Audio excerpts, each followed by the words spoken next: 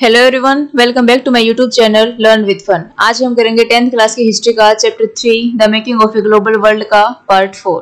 चलिए शुरू करते हैं। आज का जो हमारा टॉपिक है वो है लेट 19th सेंचुरी कोलोनिज्म।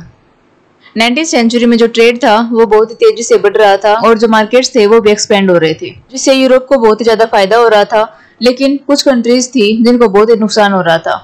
उनकी आजादी छीन ली जाती है और उन पर बहुत ज्यादा अत्याचार किए जाते हैं। क्यों? क्योंकि ये जो कंट्रीज थी ये यूरोप के कंट्रोल में आती थी, यानी कि यूरोप का इन पर कब्जा था।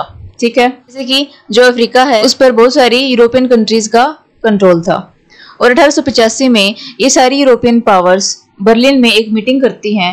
ये मीटिंग क्यों करती हैं? ताकि ये डिसाइड हो सके कि अफ्रीका का कौन सा पार्ट किसको मिलेगा और कितना मिलेगा। तो अफ्रीका को अलग अलग पार्ट्स में डिवाइड करने के लिए ये मीटिंग की जाती है। और जो अफ्रीका था वो बहुत ही बड़ा कंटिनेंट था, यानी कि उसमें बहुत सारे रिसोर्सेज थे, बहुत ही सारे मिनरल्स पाए जाते थे और यहाँ पर एनिमल्स भी बहुत ज्यादा मात्रा में पाए जाते थे। इन सब को देखकर यूरोप को लालच आ जाता है और वो अफ्रीका पर कंट्रोल करना चाहता है। और जब ये यूरोपियंस अफ्रीका में आते हैं माइंस और प्लांटेशन के लिए, तब ये देखते हैं कि अफ्रीका में लेबर की बहुत ज्यादा कमी है, क्योंकि यहाँ पर जो लोकल वर्कर्स थे वो काम करना नहीं चाहते थे।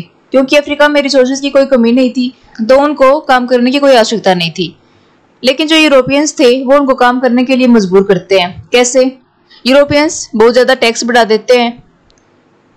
दूसरा, इनहेरिटेंस लॉ को चेंज कर देते हैं। इनहेरिटेंस लॉ का क्या मतलब है?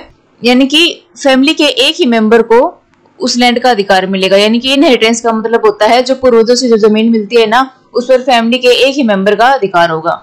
ठीक है। और यूरोपियंस माइन वर्कर्स को कैंपस में कन्फर्म कर देते हैं। उनको एक ही कैंपस में रखा जाता है ताकि वो वहां से भाग ना सके। अब देखो, अफ्रीका यूरोपियन से परेशान तो था ही, इतने में एक और भी परेशानी आ जाती है। 1880 में अफ्रीका में एक बीमारी फैल जाती है, रिंडरपेस्ट। बीमारी एनिमल्स में आती है, इसलिए इसको कैटल प्लेग भी बोला जाता है। यह बीमारी कैसे आती है अफ्रीका में? एशिया से अफ्रीका में कुछ इन्फेक्टेड कैटल्स का इंपोर्ट किया जाता है सोल्जर्स के खाने के लिए, और इन्हीं इन्फेक्टेड कैटल्स की वजह से यह बीमारी पूरे अफ्रीका में फैल जाती है। और यह बीमारी इतनी तेजी से फैलती है कि जो कैटल की पॉपुलेशन थी उसका 90% कैटल्स मर जाते हैं।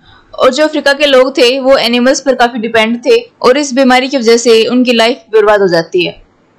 अफ्रीका के लोगों के पास माइन में काम करने के अलावा और भी कोई ऑप्शन नहीं था।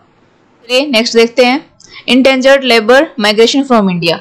इंडेंजर्ड लेबर का क्या मतलब होता है? बाउंडेड लेबर, यानी कि ऐसे मजदूर जिनको कॉन्ट्रैक्ट बेस पर हायर किया जाता है एक स्पेसिफिक टाइम के लिए, यानी कि बहुत ही कम टाइम के लिए उनको हायर किया जाता था। इसको बोला गया है endangered labour.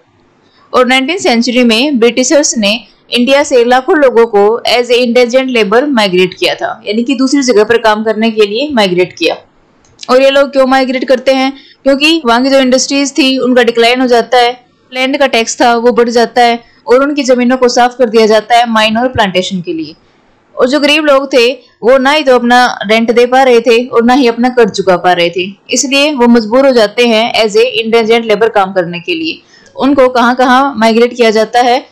Caribbean sea, Fiji और मॉरिशस। और इंडिया के असम में लोगों को काम करने के लिए ले जाया जाता था एज ए इंडेंजर्ड लेबर। मजदूर थे, उनको हर हालत में काम करना होता था, यानी कि कैसी भी कंडीशन हो उसमें उनको काम करना होता था। उनके पास कोई भी अधिकार नहीं था और वो ये सोच रहे थे कि यहाँ से जाने के बाद उनकी गरीबी खत्म हो जाएगी। उनको ये नहीं पता था कि जो गवर्नमेंट है वो उनका इस्तेमाल कर रही है अपने काम के लिए। और 1921 में जो ये इंडेंजर्ड लेबर का सिस्टम था इसको खत्म कर दिया जाता है। चलिए अब देखते हैं Indian entrepreneurs abroad. 19th century में इंडिया में बैंकर्स और ट्रेडर्स के दो फेमस ग्रुप थे। एक तो था शिकारपुरी श्रॉफ एंड दूसरा था नट्टुकोटाई चेतियर्स। जो गरीब किसान होते थे और वो किसान अपनी फसल को एक्सपोर्ट करना चाहते थे, यानी कि दूसरे देशों में बेचना चाहते थे, तो उनके पास इतना पैसा नहीं होता था कि वो अपनी फसलों को एक्सपोर्ट कर सके। तो ये ग्रुप्स उनको फाइनेंशियल सपोर्ट करते थे, यानी कि उन लोगों को अपनी फसलों को एक्सपोर्ट करने के लिए पैसे देते थे और इसके बदले में वो इन पर इंटरेस्ट लेते थे। ये पैसे यूरोपियन बैंक से लेते थे या फिर जो खुद के पैसे होते थे ना वो इनको दे दिया करते थे। और ये ग्रुप्स इंडिया के लोगों का विदेशों में व्यापार बढ़ाने में ऐसे मदद करते थे। ठीक है, चलिए अब देखते हैं Indian trade colonialism and the global system.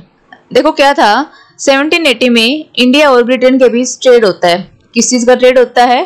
Cotton clothes का, यानी कि इंडिया से कॉटन क्लॉथ्स एक्सपोर्ट किए जाते थे। जिसके कारण इंडिया को बहुत ही फायदा हो रहा था। लेकिन धीरे धीरे क्या होता है, ब्रिटेन में बहुत सारी कॉटन इंडस्ट्रीज खुल जाती हैं और जो इंडस्ट्रीज के मालिक थे वो गवर्नमेंट को फोर्स करते हैं कि इंडिया से जो एक्सपोर्ट होता है कॉटन का उसको बंद कर दिया जाए। और जो गवर्नमेंट थी वो एक टैरिफ बैरियर लगा देती है। टैरिफ बैरियर का मतलब है कि वो इंक्रीज कर देती है इंपोर्ट टैक्स को, और इंपोर्ट टैक्स बढ़ने के कारण ब्रिटिशर्स ने कॉटन क्लॉथ को खरीदना बंद कर दिया, जिससे कि इंडिया को काफी लॉस होता है। अब होता क्या है कि इंडिया से पहले मैन्युफैक्चर्ड क्लोथ्स का इंपोर्ट किया जाता था ब्रिटेन में, लेकिन इसको बंद कर दिया जाता है क्योंकि ब्रिटेन में काफी सारी कॉटन इंडस्ट्रीज खुल गई थी। अब इन इंडस्ट्रीज को कॉटन क्लोथ्स बनाने के लिए रॉ कॉटन की आवश्यकता थी और वो इंडिया से रॉ कॉटन का इंपोर्ट करने लगे ताकि वो कॉटन क्लोथ्स बना सके। अब देखो, जो इंडियन मार्केट्स थे उनको बहुत ही ज्यादा परेशानी हो रही थी। क्या परेशानी हो रही थी? क्योंकि जो इंडिया के खुद के जो कपड़े थे वो बिकना बंद हो गए, क्योंकि इंडिया में कपड़े हाथ से बनाए जाते थे और बहुत ही ज्यादा महंगे होते थे। और जो ब्रिटेन के कपड़े थे वो फैक्ट्री में बनाए जाते थे, मशीनों द्वारा बनाए जाते थे और वो काफी सस्ते होते थे, जिसके कारण लोगों ने उनके कपड़ों को खरीदना शुरू कर दिया। और एक परेशानी क्या थी, जो इंडिया से रॉ कॉटन का एक्सपोर्ट किया जाता था उसको ब्रिटेन कम रेट पर खरीदता था, इसलिए उन लोगों को काफी लॉस हो रहा था और जो ब्रिटेन था उसको काफी ज्यादा फायदा हो रहा था। ठीक है, आज के लिए बस इतना ही। मिलते हैं नेक्स्ट वीडियो में। अगर आपको वीडियो अच्छी लगी हो तो इस चैनल को लाइक, शेयर एंड सब्सक्राइब करें।